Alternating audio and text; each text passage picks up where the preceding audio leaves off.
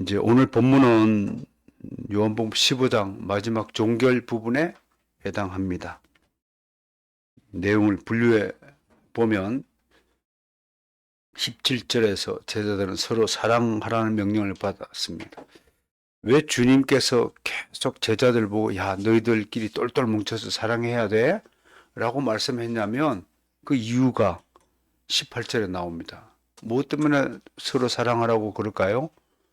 주님은 아시는 거예요. 자신이 떠난 뒤에 제자들이 어떤 상황에 처할 것을 아시니까 이길 수 있는 방법은 서로 사랑하는 것밖에 없다. 사랑만이 하나가 되게 하신다. 여러분들도 바로선교회라는 울타리 안에서 서로 하나가 되기를 원합니다. 서로 진짜 사랑하는 가족이 되기를 원합니다. 나한테 일어난 일보다도 가족들에게 일어난 일을 세심하게 살펴서 어쩌든지 나는 쓰러져도 내 옆에 가족은 이렇게 세우리라. 그런 그 믿음 가족이 되면 얼마나 아름다운 일이겠습니까? 하나님이 얼마나 축복하시겠습니까? 그런 일을 생각할 때마다 이렇게 눈물이 울컥 나야 합니다. 힘든 거 다 오늘 아침에도 여러분이 기도했습니다.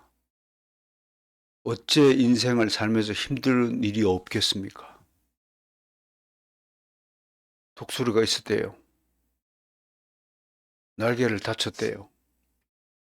다른 독수리들은 팍 한 날개를 치고 흑공을 창공을 나르는데 아무리 날고 싶어도 아파서 못 날겠대요. 그래서 절벽 낭떠러지 위에서 뛰어내려 죽으려고 밑을 보니까 앞서 죽은 독수리들의 뼈가 골짜기에 수북이 쌓여 있더랍니다. 아, 나도 이제 저렇게 가는구나. 뛰어내는 순간에 하늘 위에서 대장 독수리가 너 왜 이놈아 자살하려고 그러냐? 라고 그러더래요. 그래서 난 이제 날개가 다쳐서 독수리 구실도 못하는데 내가 나까지 같은 놈 살아서 뭘 합니까? 그랬더니 한참 있다가 대장 독수리가 내 날개를 보라. 내 날개에는 상처가 있냐 없냐. 보니까 찢어진 갈기가 막 수두룩하고 피가 응고가 되어 있고 살이 뒤틀려 있고 온 날개가 상처투성이었답니다. 대장 독수리가 그랬답니다. 이제 드디어 고난이 시작되고 여기 왔습니다. 이게 멋진 말이에요. 이 말을 기억하세요. 상처 없는 독수리는 죽은 독수리뿐이다. 여러분, 상처 없는 인생은 죽은 인생뿐이에요. 여러분들이 살아있다면, 여러분들이 정말 살아있다면 상처뿐인 영광의 인생이 되어야 할 것입니다. 그러므로 상처를 두려워하지 마세요. 힘든 일을 멀리하지 마세요. 여러분, 이 말을 꼭 기억하세요. 그렇다고 일부러 몸에다 칼을 찔러서 상처 내라는 얘기는 아니에요. 따라서 합시다. 상처 없는 독수리는 죽은 독수리뿐이다. 상처뿐인 인생은 영광의 상처다. 이 말을 기억하시고 힘을 내시길 바랍니다. 인생 그런 거예요. 안준아, 힘내. 네 주변에 불신자들이 과학적 이론을 가지고 철학적 이론을 가지고 성경의 사상을 가진 사람을 괴롭히고 조롱하고 비하시키더라도 꿋꿋하게 견뎌야 돼. 그 길이 이기는 길이다. 응? 기운 내라. 캠퍼스가 뭐 눅눅하겠니? 세상에 얼마나 많은 독설가들, 조롱가들이 지천에 널렸습니까? 그런 차원에서 우리도 미움을 받을 것이라는 이 주님의 말씀을 기억하셔야 됩니다. 자연스럽게 미움 받는 거예요. 그러면서 왜 미움을 받느냐? 19절에서 21절까지 그 이유를 살펴보겠습니다. 미움을 받는 이유가 있어요, 우리가. 왜 세상 사람들이 그리스도인들을 무조건 싫어하는지 이유가 있어요, 여기가. 이따 좀 살펴보죠. 그 다음에 22절부터 24절까지 이렇게 미워하는 세상 사람들이 죄가 가장 크다. 하나님은 결코 이 사람들의 죄악을 그냥 넘기지 않으신다. 우리 십계명하고 읽었죠? 하나님을 믿지 않는 자의 죄를 몇 대까지 갚는다고요? 3, 4대까지 갚는다. 그랬었습니다. 그런데 이렇게 세상 사람들이 미움을 받도록 하여서 한 사람의 그리스도인을 제자로 만들고자 하는 이 역설의 진리가 하나님의 신비한 작정, 예정하심의 결과라는 겁니다. 그래서 진짜 사람은요, 온실 속에서 크는 것이 아니라 광야에서 큽니다. 모세가 어디서 부름을 받았죠? 집에서요? 왕궁에서 받았죠? 그렇죠? 애굽의 왕자니까. 왕궁에 있을 때 부름을 받았잖아요. 아닌가요? 좋은 세상, 좋은 인생 보낼 때 부름을 받은 게 아니에요. 고난 가운데서 모세도 하나님의 부름을 받았듯이 우리 인생이 그런 거란 말이에요. 그러면서 26절, 27절에 또 당부합니다. 이제 모든 그리스도인은 주의 제자가 되어서 어떤 인생을 살라고요? 따라서 합시다. 증언자가 되라. 증거자가 되라. 마르티르가 되라. 유식한 척 좀 해보세요. 위트니스가 되라. 좀 유식하게 좀 영어도 좀 해보고. 그 얘기가 이제 오늘 15장 본문에 기록되어 있는 거.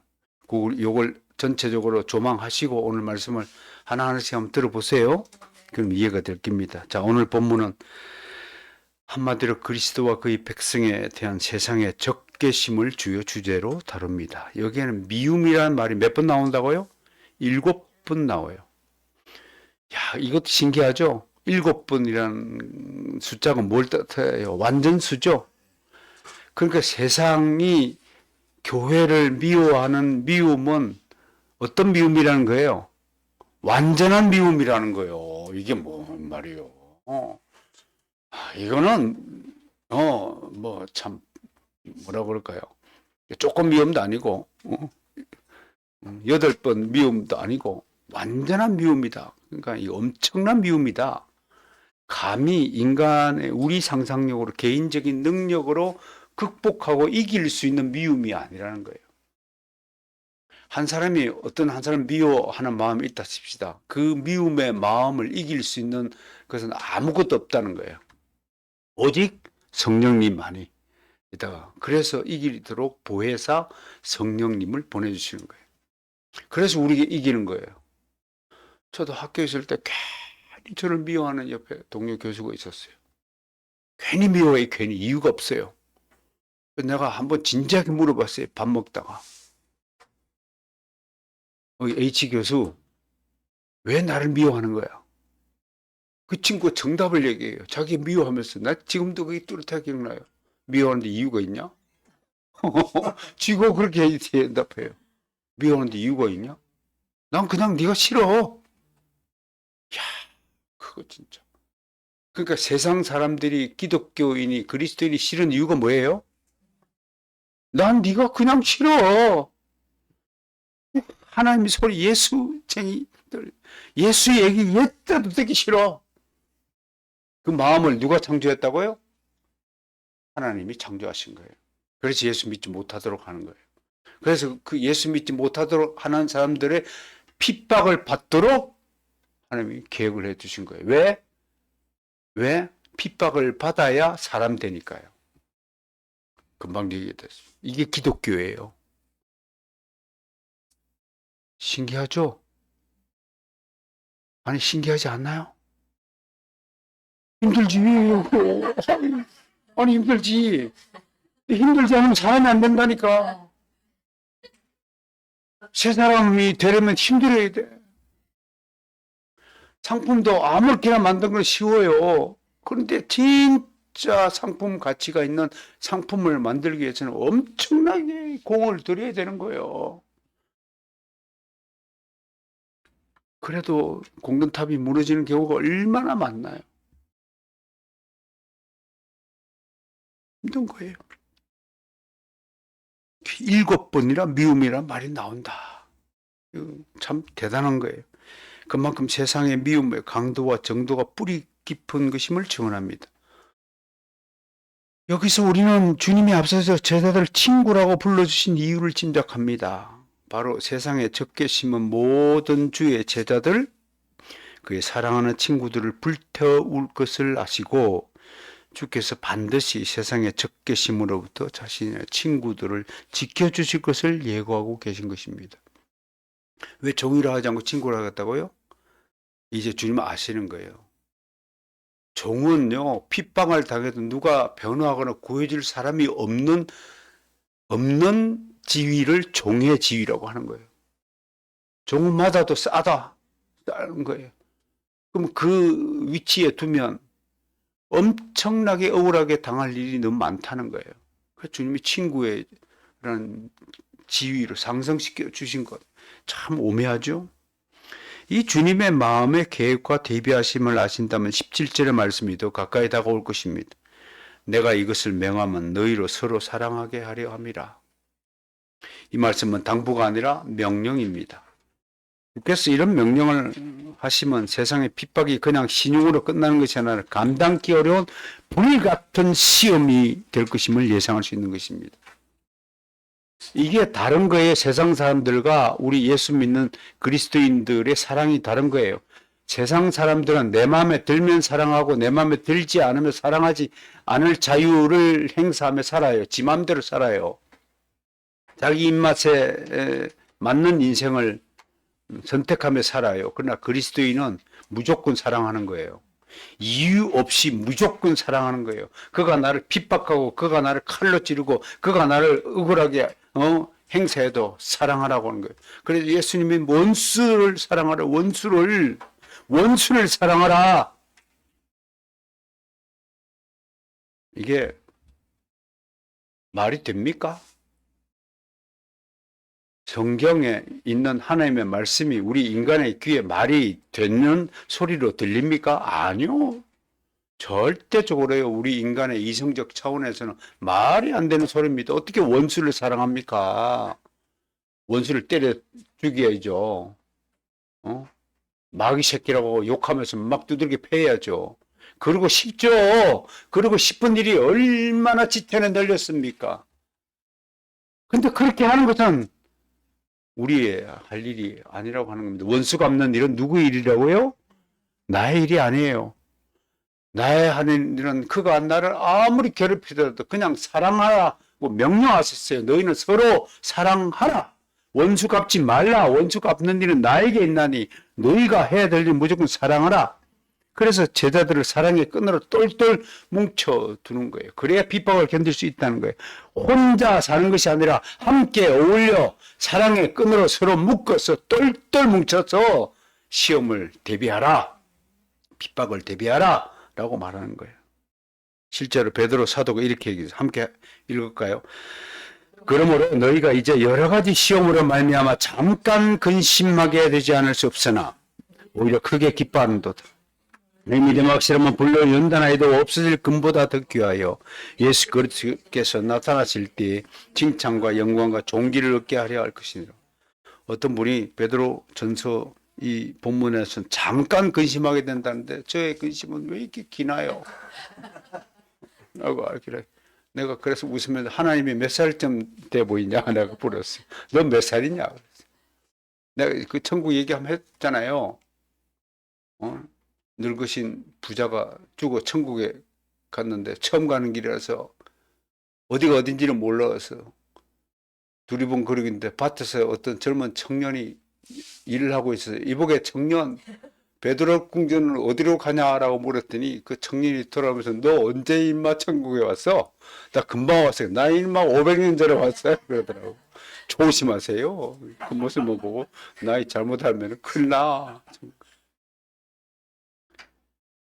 하나님의 영원한 것에 비해서 우리가 당하는 고초가 한 1년, 2년, 3년만 가다가 아이고 아버지 내 고생 언제 끝나요? 내 눈물 언제 말라요? 통치고 있지만 야 하나님의 입장에서는 그 찰나란 말이에요. 찰나. 잠깐 근심, 그래서 1년, 2년, 10년짜리 근심도 있어요. 못된 자식, 탕자가 된 자식 돌아오는데 10년, 20년 걸리는 경우 숱하게 많아요. 그 유명한 신학자인 박윤선 박사님의 자녀들도 평생에 그 얼마나 박윤선 박사님 유명한 신학자인가요? 응? 그분은 밥만 먹고 나고 안 되면 성경 주석하느라고. 그래서 우리나라 최초로 성경 66권을 한국인의 손으로 주석한 책이 나왔잖아요. 우리 본목사님 고신 출신이니까. 우리 박윤수 박사님 주석책 아니고 공부한 사람 거의 없을 정도로 그렇게 위대한 신학자. 자기 아버지가 하나님의 은혜로 말미암아 한국 교회를 위해서 쓰임받고 불쏘시개가 되어서 그렇게 희생적인 삶을 살았으면 자식들이 우리 아버지 정말 훌륭하다, 훌륭한 신학자다. 그렇게 해야 되는데 사람이 들된 이놈들이 아버지 나한테 뭐 해줬어요? 아버지는 밥만 먹고 성경만 쳐다봤지 우리 자식들이 굶든지 말든지 뭐 해줬어요? 하고 대들다가 아버지 죽고 나서 회심하고 그랬다는 일화는 우리를 얼마나 가슴 아프게 합니까? 우리는 잠깐 근심하는 것 같지만 우리는 오래 근심하는 것 같지만 사실은 잠깐입니다. 여러분 그러니까 견디십시오. 아침에 어떤 시인의 글을 읽는데 이번에 인생 구호가 딱 두 단어였다고 회고합디다. 하나는 천천히 그러나 꾸준히 이 두 단어를 책상 앞에 붙여놓고 평생을 살았다고 회고했습니다. 천천히 가야 됩니다. 또박또박 가야 됩니다. 서두르지 마시고 급하게 먹지 마시고 그렇다고 중간에 중지하거나 멈추지 마시고 또박또박 걸어가야 되는 겁니다. 노아 방주에 제일 늦게 도착한 이가 누구라고요? 달팽이랍니다. 달팽이가 노아 방주까지 가는 시간이 얼마나 길었겠습니까? 그래서 아마 내 생각으로는 말들은 한 달 전에 들어오라고 그러고 달팽이는 한 3년 전에 들어오라고 그래야 이게 같은 시간에 맞추지 않을까 싶어요. 그렇게 뚜벅뚜벅 꾸준히 가는 겁니다. 자, 주님의 입장에서 이제 닥쳐올 핍박이 있습니다. 주님이 그걸 알기 때문에 18절에서부터 분위기가 완전히 바뀌는 말씀을 하십니다. 제자들 친구의 반열에까지 올려놓으신 주님은 이제 제자들의 핍박을 이야기하십니다. 세상이 제자들을 미워할 것이라고 합니다. 그렇다면 세상은 왜 주의 백성을 미워할까요? 그 이유가 세 가지 있습니다. 첫째, 세상이 이미 예수님을 미워했기 때문입니다. 왜 예수님을 미워했을까요? 예수님은 항상 세상과 반대되는 말씀을 하기 때문에 그렇습니다. 세상은 너를 사랑하라 그러는데 주님은 너를 미워하고 내 이웃을 내 몸같이 사랑하라고 그렇거든요. 자, 우리 올해 말씀 봅니다. 다윗에 대한 요나단의 사랑이 그를 다시 맹세하게 했으니 이는 자기 생명을 사랑한 같이 그를 사랑하며 우리말의 번역이 조금 이상하긴 해요. 그래서 한 번쯤 내가 정확하게 집어주려고 그러긴 하는데 누가 맹세한 거예요? 이 글에 의하면 영어로 보면 나와요. 조나단 made David. 데이비드로 하여금 요나단이 다윗을 사랑하는 요나단의 그 사랑이 다윗으로 하여금 생명같이 사랑하겠다는 맹세를 이끌어낸 거예요. 그러니까 여러분 사랑받고 싶어요? 그럼 먼저 사랑하세요. 그러면 그가 나에게 사랑으로 보답해 주십니다. 그 얘기를 하고자 하는 거예요. 주님은 이 세상이 하는 일을 멸하러 오신 분이십니다. 그러니까 세상이 당연히 예수님을 미워하죠. 그런데 제자들이 예수님의 뭐라고요? 친구라네요? 그러니까 미워하는 거예요.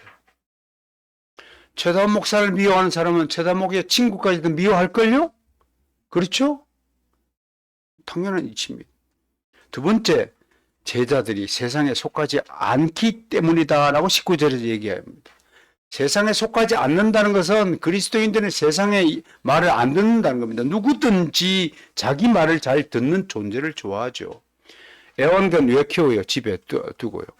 내 말 잘 들으니까 키워요. 랄랄랄랄랄라 그러면 그냥 꼬리를 치고 나한테 달려 들잖아요. 근데 착각하지 말라네요. 개 전문가가 나를 좋아해서 꼬리 흔드는 것이 아니라 그 생존 비결이래요.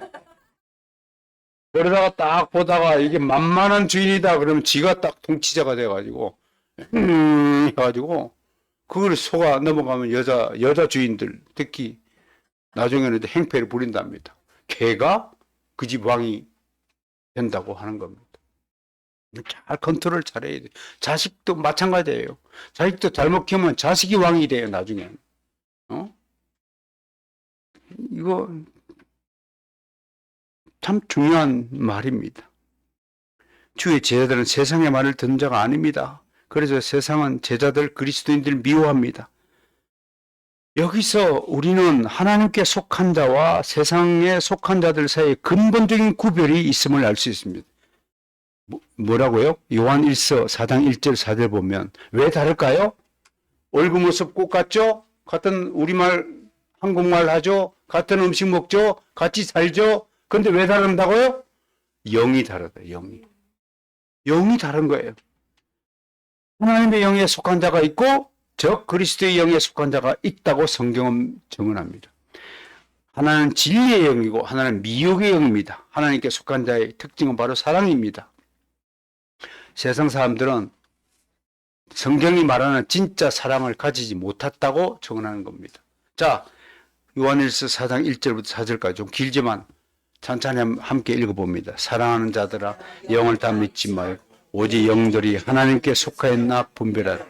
많은 거짓 선지자가 세상에 나왔으며 이로써 너희가 하나님의 영을 알지니 또 예수 그리스도께서 육체로 오신 것을 시인하는 영마다 하나님께 속한 것이요 예수를 시인하지 아니하는 영마다 하나님께 속한 것이 아니니 곧 즉 그리스도의 영이니라.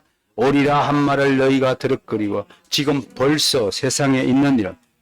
자녀들아 너희는 하나님께 속하였고 또 그들을 이기었나니 이는 너희 안에 계신 이가 세상에 있는 자보다 크심이라. 그들은 세상에 속한 구로 세상에 속한 말을 하며 세상이 그들의 말을 듣느니라. 우리는 하나님께 속하였으니 하나님의 아는 자는 우리의 말을 듣고 하나님께 속하지 아니한 자는 우리의 말을 듣지 아니하나니 진리의 영과 미혹의 영을 이로써 아느니라. 어떤 신학자가 그 사람이 어떤 사람인가는 그 사람이 입에서 나오는 단어 어휘를 살펴보면 그 사람이 어떤 사상을 가진 사람인가를 알 수 있다고 하였습니다. 오늘 이 본문의 말씀에 따르면 하나님께 속한 자는 하나님의 말을 하게 되어 있습니다. 하나님께 속한 자는 주로 성경에 있는 말을 합니다. 근데 세상에 속한 자는 세상의 언어를 사용합니다. 어저께도 엘리베이터를 타는데 아마 현진이 또래 중학생들 같아요. 요즘 아이들은 개라는 단어를 아무 데나 씁디다. 개 크다. 개 좋다. 난 그게 무슨 말인지는 몰랐었어요. 응? 헐, 쫄라, 또 뭐라고 하더라. 세상의 더러운 말을 입에다 담고 있는데도 그것이 그렇게 더러운 말을 입에 뱉어도 조금도 부끄러워하지 않는 상태까지 중병에 걸렸습니다. 여러분, 아름다운 사람은 아름다운 말을 하게 돼 있어요. 성질이 고약한 사람은 분노의 말을 쏟아붓게 돼 있어요. 여러분, 신앙이 왜 필요한 줄 아세요? 신앙은 우리의 말을 다듬어 줍니다. 그걸 기억하셔야 됩니다. 예수 믿는다고 하면서 말을 거치게 하고 쌍소리를 하고 개라는 단어를 쓰게 되고 이러면 그건 예수 믿는 사람이 아니에요. 그는 하나님께 속한 자가 아니에요. 하나님께 속한 자는 하나님의 말을 하는 거예요. 진리의 말을 하게 돼 있어요. 여러분들이 세상 사람들과 아무리 어울려 산다 할지라도 우리는 우리 말을 해야 하는 거예요. 옛날에 우리 고등학교 다닐 때 선생님이 계속 친구야 그렇게 부르지 않고 동무 이렇게 맨날 불렀고 나중에는 누가 지나가다 신고를 했어요. 학교에 형사가 2명이 찾아왔어요. 우리 학교에 간첩이 있다고 신고가 들어왔다는. 남한 사람들은 친구라고 그러지 동무라고 그러지 않잖아요. 김동무, 최동무. 그건 북한 에미나이들이 쓰는 용어입니다. 말이 다르다고 하는 겁니다. 오늘 왜 세상이 우리를 미워하냐면 세상이 쓰는 말과 우리가 쓰는 말이 다르기 때문에 우리를 미워한다라고 설명하고 있습니다. 세 번째, 그들이 예수님을 보내신 건 하나님을 알지 못하기 때문입니다. 이분들 머릿속에는 허구한 하나님이 어디 있냐고 또 묻습니다. 나는 그들에게 묻겠습니다. 너는 어디 있냐 도대체? 너는 누구냐고 묻고 싶어요. 그런데 이분들은 한 번도 인생을 살면서 나는 누구인가를 생각해 본 적이 없는 사람들입니다.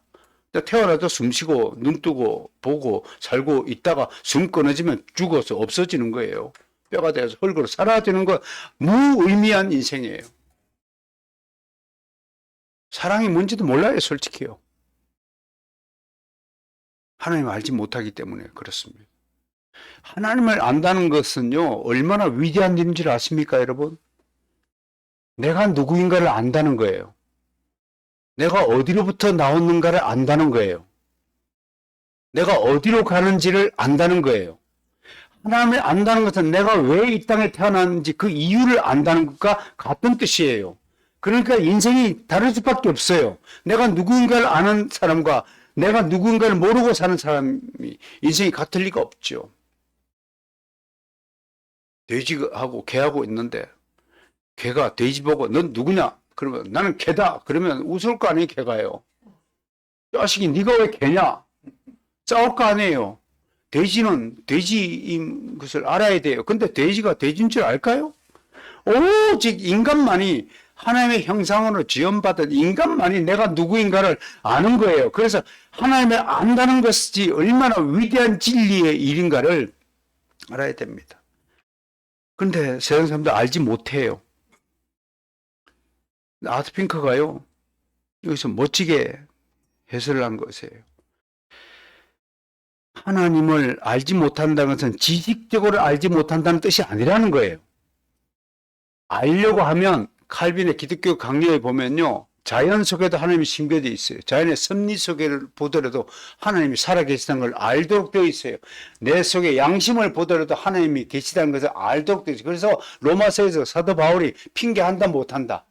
핑계를 못하는 거예요. 그러니까 알지 못해서 모른다고 하는 것이 아니라 의도적으로 의식적으로 믿지 않고 하나님을 섬기지 않으려고 하는 적대감, 저항감 때문에 하나님을 멀리한다고 해석하는 거예요. 난 이 말이 맞다고 생각해요. 예수님의 말씀을 그들은 듣고도 믿지 않습니다. 그들이 하나님을 모른다고 하는 것이 변명일 뿐입니다. 그것은 말씀을 배척한 것입니다. 그들은 하나님께 속한 자가 아니기 때문에 복음을 일부러 들으려 하지 않고 이미 마음속에서 거부감을 가지고 있는 것이에요. 자기 속에 숨은 어떤 고정관념을 일부러 확대하고 공고히 하는 작업을 해놓은 상태에 있는 것입니다. 그래서 예수님은 나를 미워하는 자는 또 내 아버지를 미워하느니라고 말씀하십니다. 일부러 의도적으로 진리를 방해하는 것 자체가 진리에 속한 자가 아니라는 방증입니다. 제 이야기입니다. 제 경험의 이야기를 또 막 소개하고 있습니다. 산에서 있는데 아니, 남이 먼저 자리 차지하면 뒤에 차지하면 같이 좀 앉아도 될까요? 하든지 엉덩이를 밀고 들어오더라고요, 옆으로요. 보니까 불자예요. 절에 다니는 사람. 그러면서 내가 성경을 읽고 있으니까 아마 이게 속이 뒤틀려 가지고 괜히 땅짓거리를 걸고 싶었어. 아마 앉은 것 같아요. 앉으면서 어우, 성경을 참 열심히 읽으시네요. 뭐 질문 좀 해도 되냐고. 그러면서 따지는 거예요. 하나님 어디 계십니까? 이 우주만을 창조했다는데 창조가 이게 말이 되는 소리입니까? 어떻게 창조를 했습니까? 사람이 죽어도 어떻게 부활합니까? 라고 따지시 물었습니다. 저는 여러분 알다시피 변정가입니다. 웬만한 사람은 뭐 대답을 하려고 애를 쓸 겁니다. 그러나 저는 요한복음 이 내용을 충실히 알고 있기 때문에 하나님의 지혜를 구했습니다. 하나님의 지혜는요, 대답할 자에게 대답하고 대답하지 않을 자에게는 대답하지 않는 것이 지혜입니다.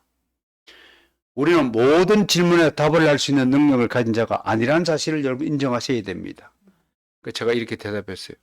선생님이 정말 이 진리에 대해서 궁금해서 묻는 것이라면 성실하게 제가 대답하겠지만 제가 보기엔 선생님은 이미 답을 정해놓고 제게 물으시는 것 같군요. 그래서 제가 대답을 해도 소용이 없을 것 같습니다. 라고 물리친 적이 있습니다. 여러분, 하나님께 속한 자가 아닌 자는 하나님을 의도적으로 알려고 하지 않고 하나님을 믿거나 하나님을 따르는 자들을 의도적으로 핍박하고자 하는 것입니다. 그래서 그들의 죄가 엄청나게 큰 것입니다. 모르고 실수로 그렇게 핍박한 것이 아니라 알고서도 의도적으로 핍박하는 것 죄가 얼마나 큰 것인가를 하나님 지적한 겁니다. 모든 그리스도인은 세상에 섞여 살아가는 동안에 불신자들로부터 갖가지 종류의 핍박을 받습니다. 그럴수록 우리는 우리와 예수님의 관계가 더욱 밀접해진다는 것을 믿고 위로를 받아야 합니다. 거꾸로 우리를 미워하는 것은 예수님을 미워하는 것이고 예수님을 미워하는 것은 하나님 아버지를 미워하는 일이 됩니다. 여기서 24절의 말씀이 명확하게 세상의 죄를 논지합니다. 한마디로 저들이 나와 아버지를 보았음에도 미워한 죄를 말하고 있습니다. 하나님 24절에서 조금 전에 설명한 대로 의도적으로 예수님을 핍박하고 하나님을 미워하고 그리스도인을 미워한 그 의도적인 죄를 미워한 죄를 말하고 있습니다. 이거보다 더 충분한 증거가 없습니다. 미워하는 것은 불신앙의 본질입니다. 그러므로 누군가의 미움이 든다면 여러분들도 즉시 회개해야 됩니다. 즉시 예수 그리스도 이름으로 대적 기도를 해야 됩니다. 사탄은 틈새를 공격합니다. 그래서 야고보서 4장 17절에 마귀에게 틈을 주지 말라고 경고하였습니다. 미움은 틈새로 우리에게 스며듭니다.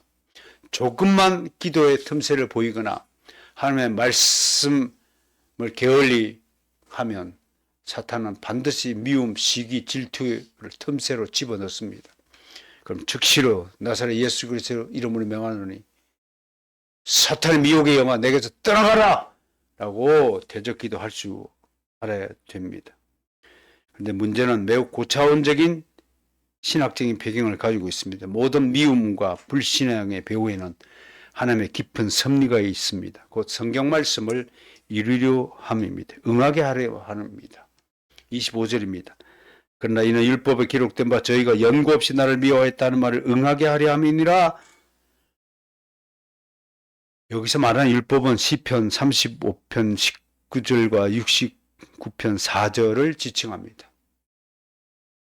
즉 핍박 또는 하나님의 작정하심과 계획 안에서 이루어지는 하나님의 섭리 하나로 미움을 받게 한다는 것입니다. 한 사람의 그리스도인이 세상으로부터 미움을 받게 함을 통하여 하나님은 당신의 뜻을 그 사람을 통해서 이루고자 하는 것을 우리가 하나님의 섭리라고 말합니다. 그렇다면 그런 섭리의 대상이 된 그리스도인으로 불행할까요? 행복할까요? 불행도 아니고 행복도 아닐 수도 있지만 결국에는 그런 미움의 과정을 통하여 그 사람의 인격을 성장시키고 그 사람이 정말 깨닫게 되면 엄청난 축복의 통로가 열린다는 것이 우리 성경의 역사를 통한 하나님의 축복의 방편이라는 것, 우리가 잘 알아야 할 것입니다. 이것이 자체가 얼마나 놀랍고 신비로운 하나님의 실행이십니까? 이런 비밀의 이를 자인의 수준에서 어찌 이해하고 인지할 수 있겠습니까? 오직 성령의 은혜로 말미암지 않고는 이 신비의 베일을 열어볼 수 없는 것입니다. 이 세상에는 단지 인간들 수준으로는 설명할 수 없는 깊은 차원이 있습니다. 그것은 곧 하나님과 마귀 사이에 일어나는 영적 전쟁에 관한 것인데, 우리가 특별히 잘못한 것이 없을 때에도 세상 사람들이 우리가 단지 하나님께 속한 것이라는 이유로 우리를 괜히 미워한다면 그것은 마귀가 배후에 있다는 반증입니다. 마귀는 늘 배후에서 사람을 조종합니다. 그래서 이것을 미혹의 영이라고 부릅니다. 어떤 경우에든지 미혹당하지 않도록 깨어 근신하고 기도에 힘써야 합니다. 마귀는 기도한 자를 가장 무서워합니다. 주님의 이름으로 선포하는 자를 피합니다. 아더 핑크는 사랑하는 마음은 어디에서든지 그 사랑을 나타내거나 일으키려 하고, 미워하는 자는 미워하는 그 마음은 반대로 사랑하는 마음과 똑같이 행세한다고 했습니다. 우리는 누군가로부터 미움을 받는 경우 그것은 견디기 힘든 것입니다. 미움을 받는 사람의 입장에 서볼까요?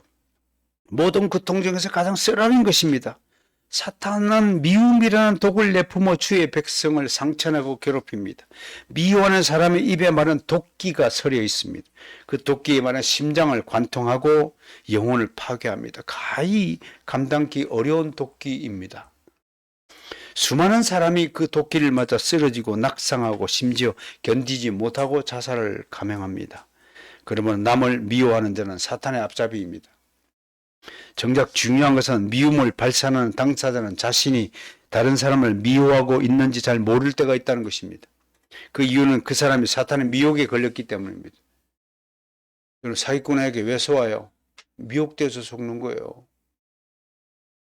근데 그 사기꾼은 자기가 사기꾼인지 인정해요? 아니에요. 사기꾼들 말 들어보세요. 나는 너를 돕는 보혜사 성령이라고 말해요. 사기꾼이. 모든 미움과 핍박 가운데서도 우리는 주님의 명령과 권면을 기억해야 합니다. 주님의 이 미움의 실체를 하시고 우리들을 서로 사랑하라고 명령하셨고, 한편으로 형제들아 세상이 너희를 미워하여도 이상히 여기지 말라고 당부하셨습니다. 이렇게 미리 대비할 것을 가르쳐 주신 주님의 은혜가 참으로 큰 것입니다. 오늘 이 설교를 들으시고 여러분 이제 나를 미워하는 사람을 오히려 축복하는 기도를 드릴 수 있게 되는 전환점이 이루어지기를 부탁드립니다. 아마 아직도 내가 그걸 할 수 있을까요? 왜 그래야 되죠?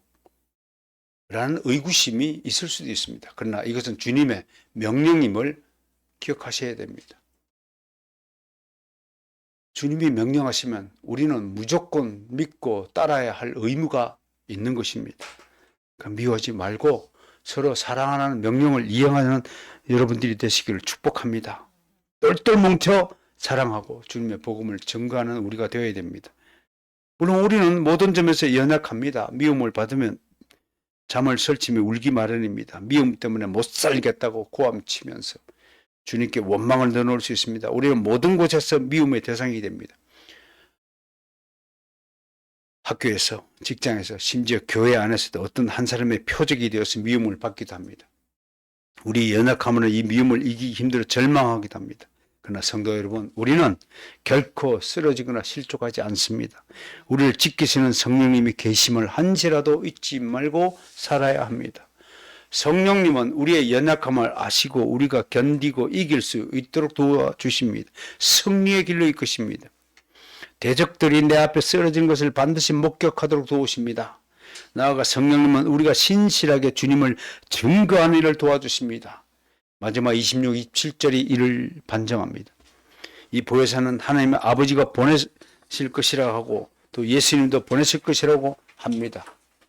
여기 신학적 논쟁이 있다는 거 한번 소개하고 넘어가고자 합니다. 정리하면 성령님은 성부 하나님과 성자 하나님 두 분 모두에게 보내심을 받은 하나님이십니다. 이것을 두고 교회사에서 논쟁이 치열했습니다. 이것을 필리오케 그리고 성자에게서라는 뜻입니다. 논쟁이라고 합니다. 동방교회 정교회 측은 성령은 성부에게서만 나온다고 주장하면서 서방교회가 주장하는 신경들을 거부합니다. 서방교회는 성부뿐 아니라 성자 하나님에게서도 성령께서 나온다라고 믿고 고백하고 있습니다. 그 동방교회는 서방교회가 원래 니케아 신경을 변조하였다의 이단이라고 정하고 아직도 화합과 일치를 반대하고 있습니다. 그러나 성경은 성령님께서 성부의 영이자 그리스도의 영으로 동일하게 등장함을 증언합니다. 물론 오늘 본문 26절에는 아버지로부터 보내심을 받은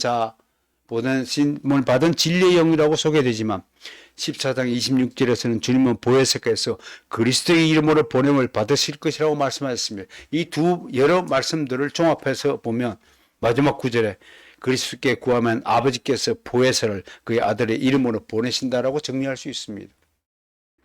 그러면 필레오케 논쟁에서는 동방교회의 주장이 아니라 서방교회의 주장이 더 성경적이고 옳다는 것을 우리는 믿고 따라야 할 것입니다.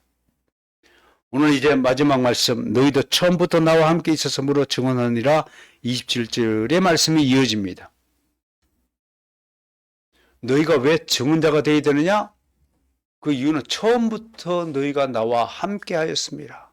함께 했기 때문에 나를 증언해야 한다는 겁니다. 여러분들이 지금 누구랑 함께 동거하고 있습니까? 성령님과 동거하고 있죠. 성령님은 여러분들이 주님을 증언할 수 있도록 도와주시는 분으로 우리와 함께 하고 계십니다. 함께 하는 성령님 때문에 우리가 예수 그리스도를 복음을 증거하는 삶을 살아야 된다고 하는 것입니다. 그러니까 이 말씀에 함께라는 단어가 굉장히 중요하다고 하는 것입니다. 즉 그리스도께서 언제나 아버지와 함께 계심으로 아버지를 증언했지요. 제자들도 예수님과 함께 하기 때문에 예수님을 증언해야 되고 성령님도 언제나 삼위 하나님이시기에 하나님을 증언하고 우리는 주의 제자로서 언제나 우리와 성령님께서 함께 하시기 때문에 예수님을 증언하는 삶을 살아야 된다는 것입니다.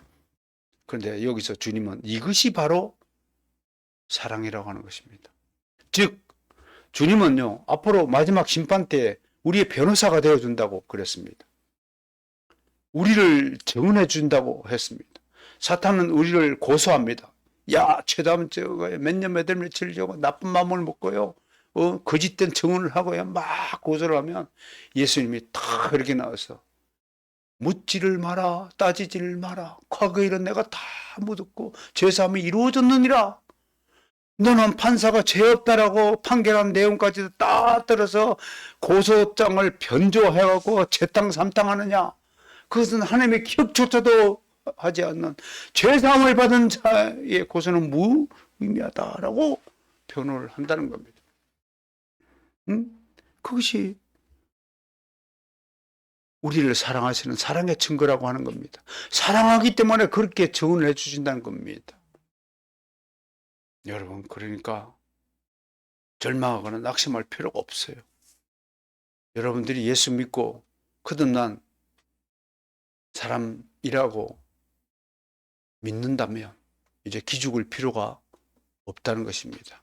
조금의 실패, 낙심할 필요가 없다는 것입니다. 그 실패를 통해서 하나님은 다른 길로 인도하는 사례를 저는 무지기수로 목격한 사람이 올시다. 어떤 목사님이 어떤 일을 하고자 막 선교를 하고자 기도를 하고 작정 기도를 하고 이곳에 가고 싶다고 하는데 엉뚱한 지구 반대편으로 하나님 보내십니다.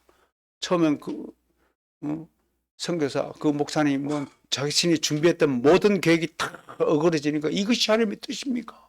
하고 하나님께 막 항의하고 그러는데 결국은 하나님의 명령에 따라서 지구 반대편으로 파라과이 쪽으로 가보니까 자신이 왜 이곳에 와야 하는가를 그때 비로소 알게 되었다고 고백한 것을 제가 들은 바가 있습니다. 우리 인생도 마찬가지예요.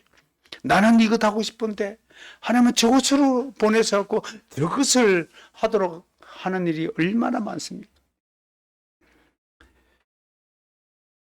4월달이 되었음에도 불구하고 맞서서 사역자들께서 아무도 4월이면은 총회가 움직이고 임시총회가 열리고 노회가 열리고 행사가 있는데 아무도 관심을 두는 사람이 없습니다.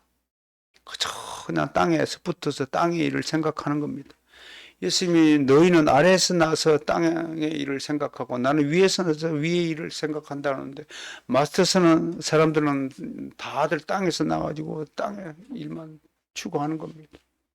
하늘의 일을 생각해야 마스터스 미션을 생각하고 그 인생을 살아갈 텐데 아무도 그런 일들로 기도하지 않고 준비하지 않고 생각하지 않고 동참하지 않고 꾸미려 하지 않습니다.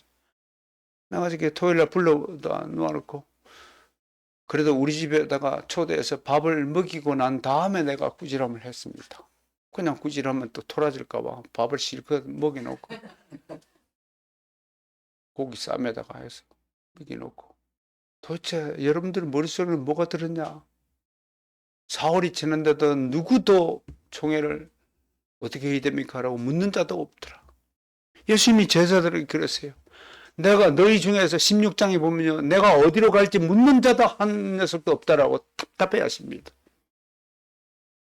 그렇게 해서 또 다 그냥 팽개치고 그냥 아버지 저는 안 할랍니다. 그랬더니 또 어저께요. 인천에서 전도사 한 분을 새롭게 보냈습니다.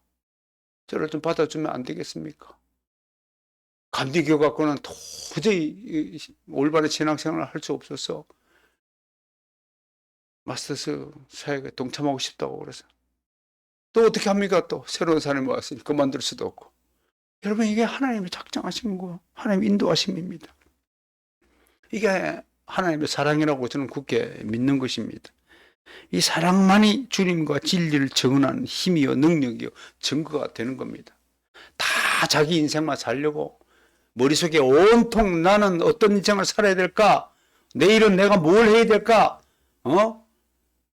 나는 어떻게 하면 행복할까? 내 꿈을 성취할까라고 생각하고 99.99%의 주의 백성이라고 하는 작자들이 그런 인생을 살아가는 동안에도 그 누구라는 나의 인생을 버리고 주님이 주신 명령에 따라서 주님이 원하시는 그 하나님 나라를 일구기 위해서 살아가는 백성이 있을 것이다. 바알에게 무릎 꿇지 않는 자 7,000명이 남아있다. 라고 하는 말을 예레미야가 들었을 때 얼마나 소망을 가졌을까라는 생각을 해보았습니다. 제자는 주님의 증거자이자 하나님 말씀의 증언자입니다. 세상에 미움과 핍박이 아무리 크고 심대하다 해도 주의 제자는 복음을 증언하는 대로 살아야 됩니다. 이것이 하나님 나라의 일꾼 당연한 의무입니다. 이러한 증거자의 삶에 반드시 성령님의 보호하심과 도우심이 작동합니다. 근데 기억하십시오. 증언이 많을수록 핍박도 많습니다. 입을 열어 복음을 많이 증언할수록 미움도 더욱 많을 것입니다.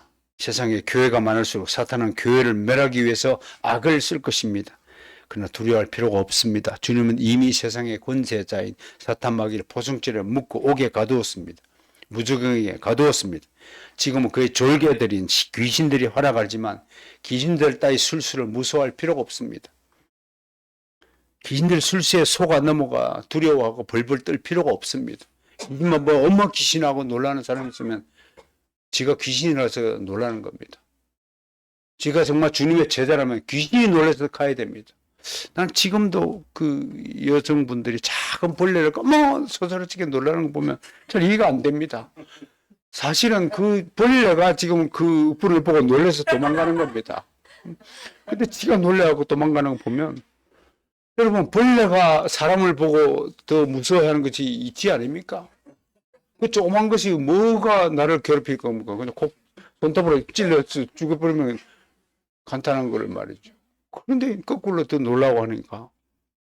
그리고 귀신 보고 놀라는 것은 지가 귀신이라서 놀란다니까요. 성령의 사람은 귀신 보고 놀라지 않아요. 무당들은 뭐 지나가도 나는 눈을 이렇게 들여다보고 아이고 귀신아. 그 무당의 눈빛이 흔들거려요. 내가 일부러 이렇게 눈을 많이 쳐다본다니까요. 무당들 눈빛이 흔들거려요. 내 앞에서는요. 아는 거예요. 아, 저분은 내가 상종할 사람이 아니다. 그러고 가는 거예요. 그 정도 담대함을 가지고 믿음의 위력을 가지고 내가 뭐 폼잡자가 이 말을 하는 것이 아니라 여러분 귀신을 멸할 수 있기를 원합니다. 귀신 앞에 두려워 뜨지 말고요. 담대하게 대하기를 바랍니다. 그 권세를 주님이 우리에게 주셨거든요. 오직 믿음, 오직 사랑으로 승리의 삶을 살아 여러분이 되시기를 축복합니다. 하나님 감사합니다.